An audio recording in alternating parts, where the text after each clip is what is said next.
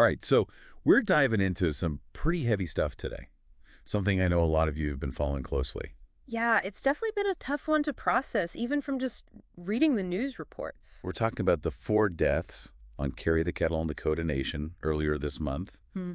Those 4 people found in that home. It's just tragic. And of course, everyone's looking for answers, which is why we're here, right? Exactly. To kind of unpack everything we know so far, try to make sense of it. That's the goal, isn't it? Yeah, and so let's start with what we're working with here. Primarily the latest information from the RCMP, Mm-hmm.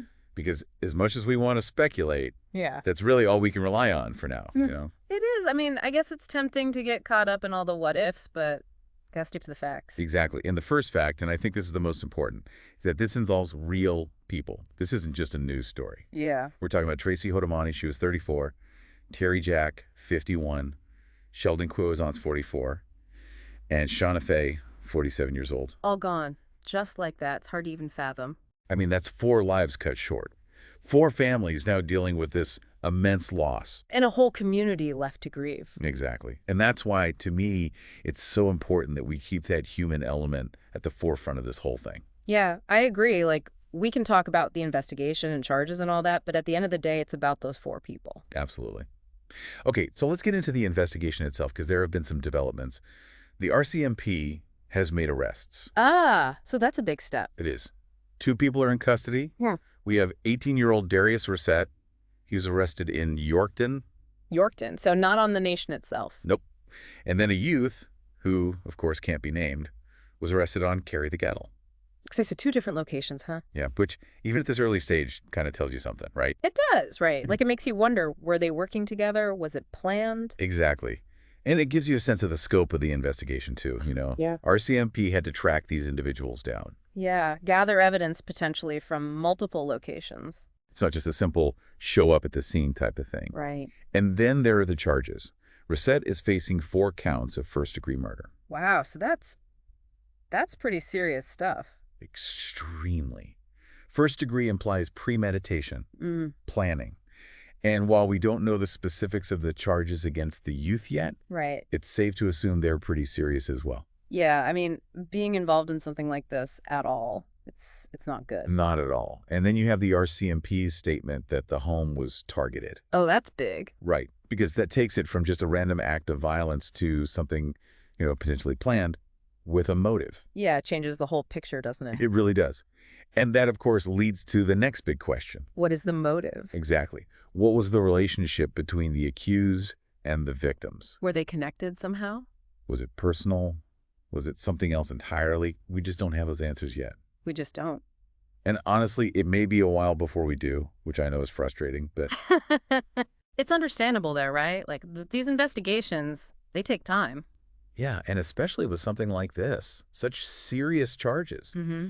Assistant Commissioner Rhonda Blackmore, she even talked about the complexity of it all, I can only imagine. They have to be so thorough. To make sure they get everything right, to make sure justice is served. And that leads me to something else, something that I know a lot of folks were speculating about online. Oh, yeah, the incident on Zagimi on Nushinabek. You saw that too, huh? Yeah, hard to miss with all the chatter online. I mean, the timing, right? This Keegan Panapakisik guy charged with firearms offenses. It was so close to the Carry the Kettle deaths. It was. Mm-hmm. And both involving, serious offenses. It's natural to wonder if there's a connection. Makes sense that people would put 2 and 2 together. Yeah. But the RCMP has been very clear. These are separate, unrelated events. Huh. So that adds another layer, doesn't it? It does. It's not just one tragedy we're dealing with, but 2 potentially completely unrelated ones. Happening almost at the same time. Within such a short span of time. Yeah. And it really highlights the bigger picture, right? Yeah, like, we're focusing on Carry the Kettle here, but it's not just one isolated incident. There's a context here. Yeah. There are things happening in these communities that we need to understand. Right. It makes you think, what's going on? What are the underlying issues that are leading to this kind of violence? Exactly. And that's something I think we all need to be thinking about, talking about. So where does that leave us, Well, we have a tragedy, an unimaginable loss. We have arrests, which hopefully is a step towards justice. But we still have so many questions. Yeah, the motive, the details of what happened, it's all still a mystery. And the RCMP's investigation is going to continue. and rightfully so. They need to be thorough. They need to get it right. Absolutely. But for now, our thoughts really need to be with the families of those 4 victims. Yeah, they're the ones dealing with the real weight of this, the loss, the grief. It's just unimaginable. And that's what we can't lose sight of. No matter what happens with the investigation, their lives are forever changed. It's true. So, we talked about the investigation, the facts, the context, but this really brings up a question, a long-term question for me. Is that? How do we move forward from something like this? I mean, yes, there's the pursuit of justice in this specific case, but what about beyond that? Yeah, what about preventing this from happening again? How do we address those underlying issues, those factors that lead to violence? How do we create safer communities for everyone? That's the real challenge here. And it's not an easy one. It's not, but it's one we need to be thinking about, working towards long after the headlines fade. Because this isn't just about Carry the Kettle. This is about all of us. That's right, it is. And that's what I think we need to remember. It's a lot to take in. Yeah. It is. But it's the reality. Yeah. And it's a reality we can't afford to ignore. Agreed. So, yeah, that's where we are. Heavy stuff. Heavy stuff. Thanks for joining us for this difficult but important deep dive. Thanks for having me. We'll be back with more soon.